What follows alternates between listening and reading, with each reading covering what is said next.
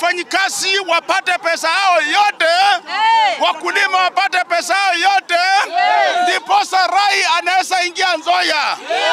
Hakuna na hatutakubali Rai kuingia Nzoia kabla hawa wajapata pesa yao. Tuko na uchungu sana kusimama hapa siku ya leo tukiambiwa jana ya kwamba wanalipa mwezi mmoja alafu kampuni Rai anachukua.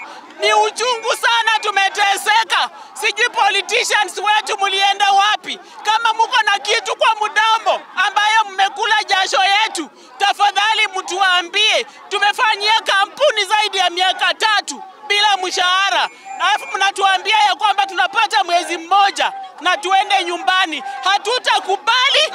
The government of Kenya want to intimidate the work of Nzoia Sugar Company. Mr. President told us that he was coming to bring us a new modern machine, Nzoia Sugar Company. We want new modern machine. We want workers to be paid.